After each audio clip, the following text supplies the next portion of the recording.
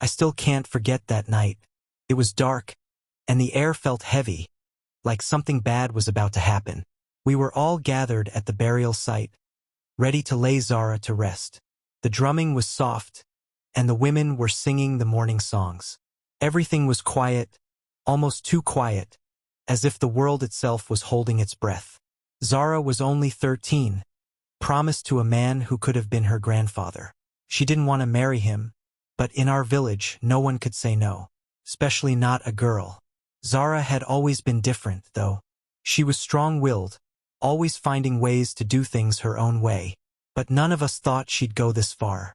The night before her wedding, Zara went missing.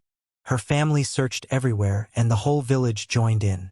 By dawn, they found her near the edge of the forest, under the big tree where they used to hang criminals long ago. She was lying there, her skin cold, her eyes open but lifeless. Everyone said she was dead. The women began to wail, and the men whispered about curses and bad omens.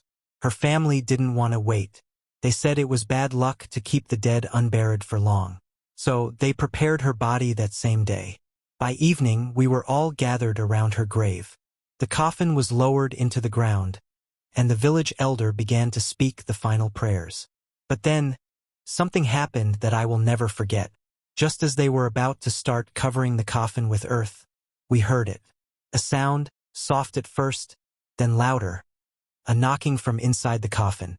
The drumming stopped, the singing ceased, and everyone froze. For a moment, no one moved. Then, we heard it again, louder this time, followed by a muffled voice crying out, "Help me!" The elder dropped his staff, his face pale with fear.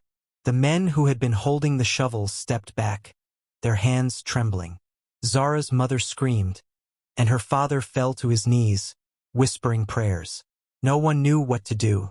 We were all too scared, too shocked to think straight. But then the knocking became frantic, and someone finally shouted, "Open the coffin!" It took several men to lift the coffin back out of the grave. Their hands were shaking, and the air was filled with panic. When they pried open the lid, we saw her, Zara, sitting up, her eyes wide with terror, gasping for air. She was alive. For a moment, no one could believe it. People began to shout, some in fear, others in confusion. Zara's mother fainted, and the elder was speechless. Zara looked around, her eyes wild, as if she couldn't understand what was happening. She started to cry, begging for help, saying she didn't want to die, that she wasn't ready. It was chaos. Some people wanted to run, others wanted to help her. But the elder, finally finding his voice, ordered everyone to step back. He said that this was not natural, that something was very wrong. He claimed that Zara had been touched by dark spirits, that she was no longer one of us.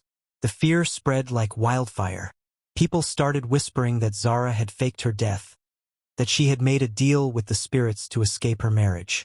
Others said she was cursed, that she had returned from the dead to bring misfortune upon us all. Zara's father, torn between love and fear, refused to believe it. He tried to take her home, but the village would not allow it. They said she had to be taken away, far from the village, where her curse couldn't reach us. They believed she was dangerous, that keeping her here would only bring more harm. The next morning, before the sun rose, Zara was taken deep into the forest, to a place where no one would find her. Her cries echoed through the trees as they left her there, alone, abandoned by those who were supposed to love her.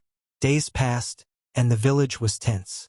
People were scared to talk about what had happened, scared that Zara's spirit would come back to haunt them. They said she had become something else, something not quite human.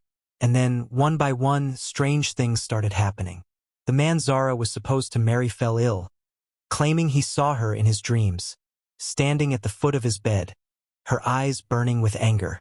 He became delirious, muttering about curses and spirits until the day he died.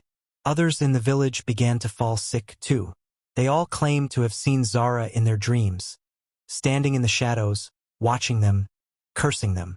The elders tried to perform rituals to cleanse the village, but nothing worked. The fear grew stronger, and soon, people started leaving the village, abandoning their homes, too scared to stay. And then, one night, Zara's family disappeared. No one saw them leave, but by morning, their home was empty. Some say they went into the forest to find Zara, hoping to bring her back, to undo what they had done. Others believe they were taken by the spirits, punished for abandoning their daughter. No one ever saw Zara again. But her story didn't end there. The sickness faded, but the fear remained. People said that Zara's spirit still roamed the forest, waiting for the day she could come back and take revenge on those who betrayed her. Even now, when I pass by that big tree at the edge of the forest, I feel a chill run down my spine. I hear her voice in the wind, whispering, calling. And I wonder, did she really die that night? Or is she still out there, waiting, watching, never forgetting what we did to her?